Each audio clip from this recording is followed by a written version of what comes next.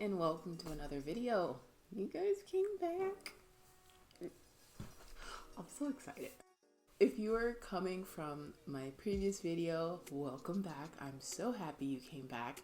If you are new to my channel, hi. My name is Janie. Welcome. Feel free to hang around. If you haven't watched my last video about a waist-free period, it will be linked down below. It will be somewhere around here. It might even pop up in the corner there. So click on it, watch it, and come back. And if you have already watched it, you know that I referred to my own period journey and my own period story multiple times because that did have an effect on the choices that I made that led to me becoming a person that has a waist-free period. So I decided I will share this story with you today. Editing Janie here. I realized that this video is almost an hour long as I was editing, so this will be part 1. Part 2 will be coming soon. It is man, I hate my period. I'm trying to get to this place in my life where I don't hate my period, where I don't feel like it's out to get me and kill me every single month.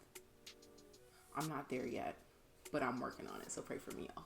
Me and my period have had a long and troublesome, some might say rocky relationship throughout our time together, and figured I will share with you why. So, if you aren't already subscribed, please feel free to do so, and like this video, comment, and hit the bell notification so you'll know when I upload more. If that's what you choose to do, I can't tell you what to do with your life, but I'd appreciate it though. Anyways, let's get into this video. So, I got my notes because there's a few things to take note of, some things that I needed to remember and like the order that they happened in, because it was a rough road. Let's start at the beginning.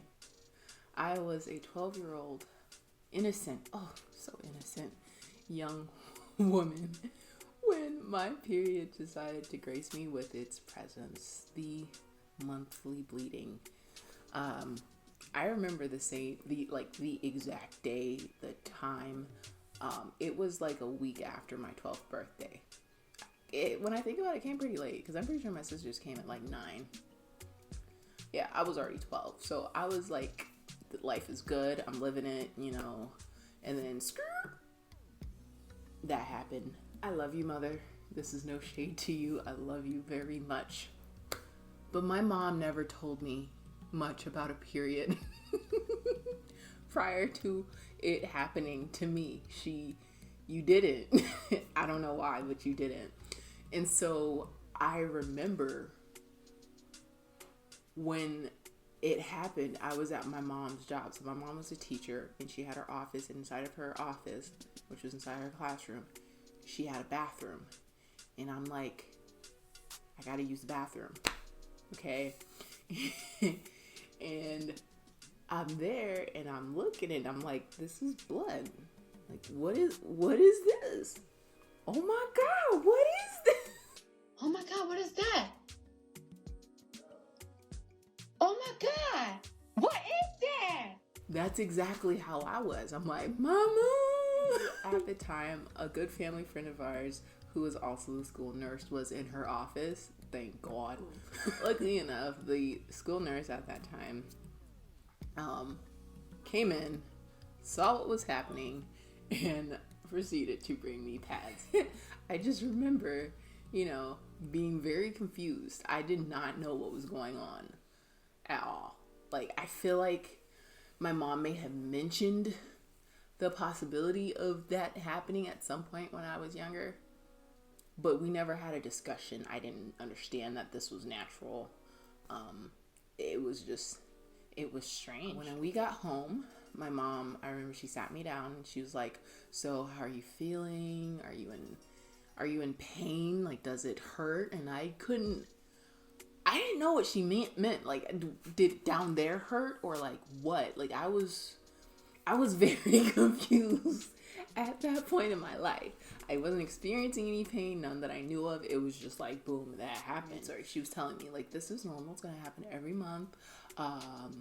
You'll just have to wear pads and, just, I guess, the general gist of what it was. And she kind of went into the details of, like, why it was. Again, I was just confused. This was very random for me.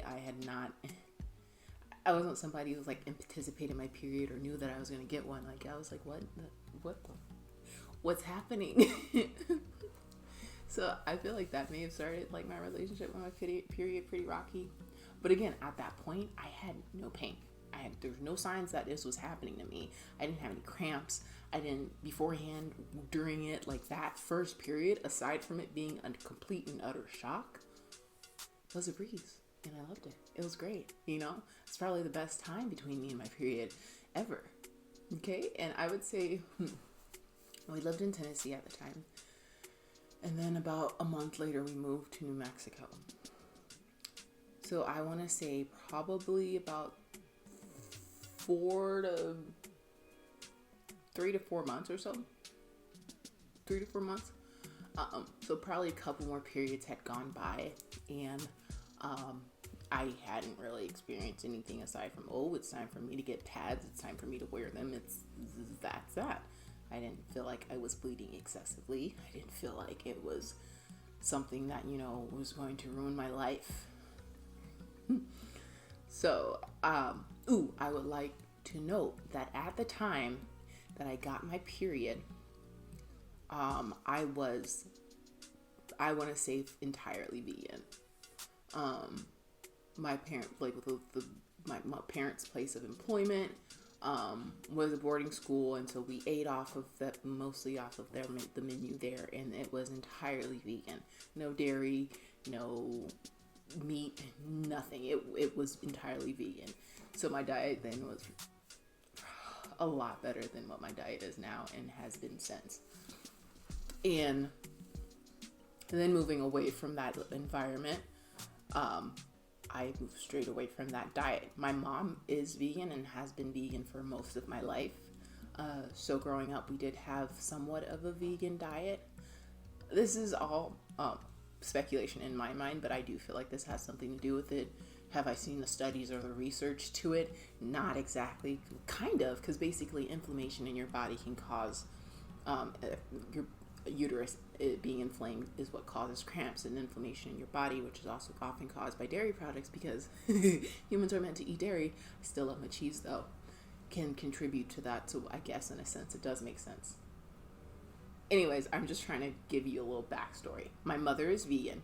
My father is not. Whenever my mom cooked, we ate vegan. When my dad cooked, we definitely didn't.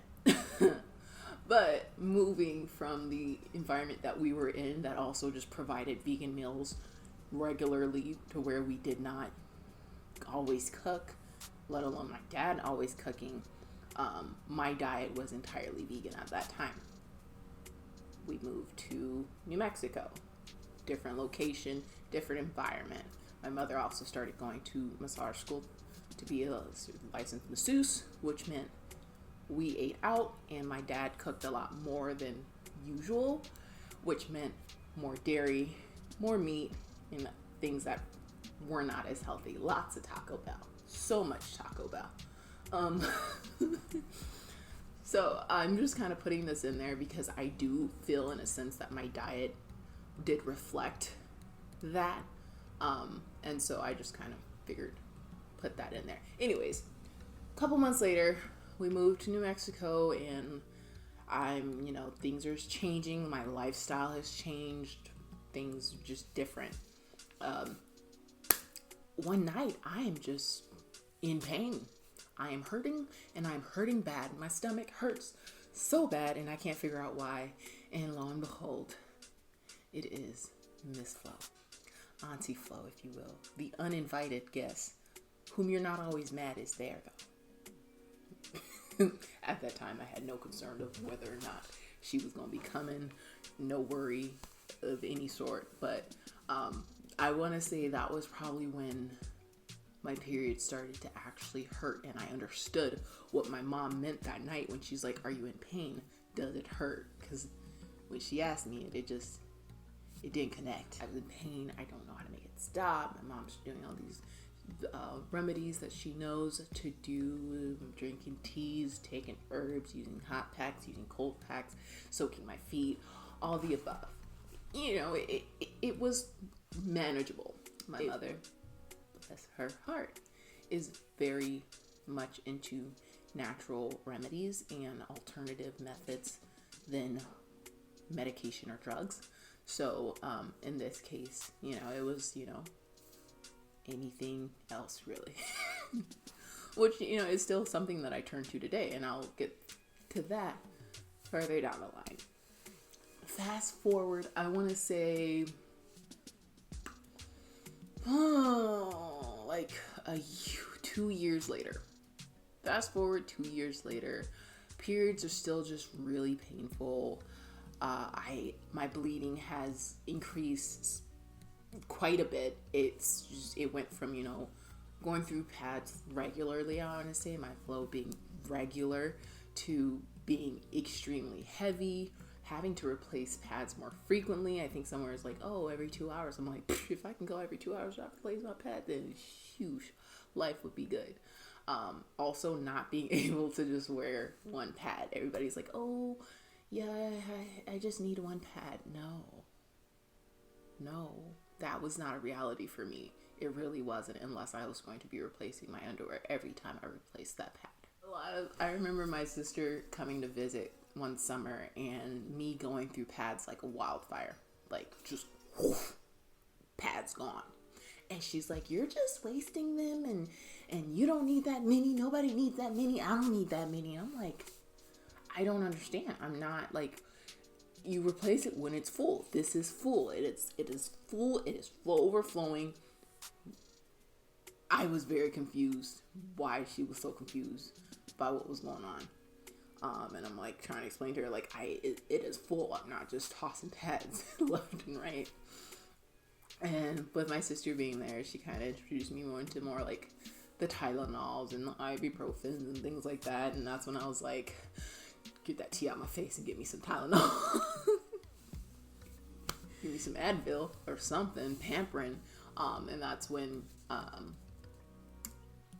I started just taking more pain pills, which was, fine, but it's like, it helped for some time, and then I'm back to square one. My flow was very heavy. I would start feeling the clots. I should have done a disclaimer for this video at the beginning. If you were sensitive to this information, I'm sorry. But I would have clots that would pass very intensely. Like, I'd feel like I get the cold shakes and sweaty, and I'd have to like legit sit down, lay down, and just breathe it through, and then it would pass, and I'd know that I need to go change my pad because there's a clot this big in my jaw. So that time, it was mainly just very painful and heavy bleeding, and it wasn't fun. There was starting to become points where I felt like I couldn't do things because of my period. There'd be days where I can't go to school because I'm in pain, or I can't go to church, or I can't do whatever it was that was planned that day because I'm in pain. Yeah. So things were very painful and things were very heavy, but it still wasn't the worst. I want to say my periods lasted from 6 to 8 days around that time period. Like 8 days, the 8th day was the last. Like, not much bleeding, just a little spotting here and there, but definitely no less than 6. Yeah, easily. Fast forward to, I want to say, the year 2013. Yeah, I want to say 2013. Between 2013 and 2014. I was around 18 at that time, and everything just bumped up a notch. It just all bumped up a notch. My period went from being from 6 to 8 days to 8 to 13 days. I would bleed for 2 weeks straight, just about, and not just, a little bit of bleeding here, a little bit of bleeding there. I'm talking full on flow. throughout it all. Cramps, clots, heavy bleeding. Oh, I was explaining to you that I couldn't just wear one pad, and I will explain my rundown on how I had to place my pads because of this. So, I always started with, I would wear 4 pads, generally. Sometimes, occasionally, if I just, it'd have to be 5, but I would wear 4 pads regularly. Now, every time I changed my pad, I didn't have to change all 4. The 4 were just there in case, just in case. So I would have my first and initial pad, which would usually be an overnight pad, the big ones that have the big back, the ones that's shaped like a light bulb. That would usually be in the back, up the back portion, because there would be a lot of spillage, sheet thick. There would tend to be some spillage up there. So I would always place that further back in my underwear to where it's like the top portion is just in the last bit of that center piece. And so that would be placed back there. Followed by 2 pads side by side in the middle. These would have to be the ones with wings so that it could flip around and like attach to the bottom.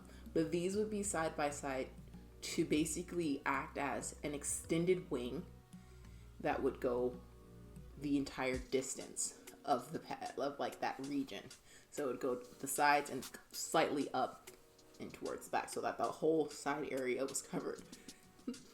Because the basic wings on pads, let's be real, what protection does that provide if your period isn't light? Like if it's a heavy one, if you're out there and you understand my struggle, please share, because like this is something that was real to me. This was my reality. So I had the one, and then I had the 2 side by side to be my wing reinforcements, and then I would place the middle, because you can't have the 2 side by side as just there, because it can cause seepage between. And then there would be one on top of that would just work the whole way there. Sometimes I would only have to change the middle one. Sometimes I'd have to change the middle and one of the sides because one end started to leak. The other end was, not doing too hot. And sometimes I would have to change all 4 because it was just, it was a disaster. Everything was soaking wet. Anyways, so that was how I managed my pads. And if I wanted to sleep through the night, if I definitely wanted to sleep through the night without having to wake up and change my sheets, that was how I had to do it. Another thing that I suffered with was how I slept. On my periods, when I knew I was in my heaviest flow time period, I would not move when I slept. I would not. I would force myself to stay straight. I would lay on my back, and that's how I slept all night. I would not turn. I would not flinch. I did nothing. I stayed on my back all night. How do I know I did? Because it hurt. It hurt, it was uncomfortable, and it was painful. But that was like my way to ensure that I didn't leak. If I turned to the side, if I turned on my stomach, it's everywhere. Okay. So I would force myself to just sleep straight on my back and not move. I'd wake up in so much pain because my back's like, girl, what you do to me? Why you do this to me? And I'm like, girl, I didn't mean to. It's just circumstances right now. And she'd be like, and I'd be like, yeah. It truly was a struggle. Like, for real. Editing Janie again. Like I mentioned, this video ended up being way longer than I anticipated it to be. But I'm going to cut it off right here, and there will be a part 2. Now that part 2 is going to cover the real juicy stuff. I'm talking hormonal imbalances, struggling with anemia, being bedridden, hormonal treatments. So if that is something that you'd like to know about and figure out how I managed it all, please stay tuned. Part 2 will be coming oh so shortly. Thank you guys so much. Please like, comment, and subscribe, and I will see you guys in the next one. Bye.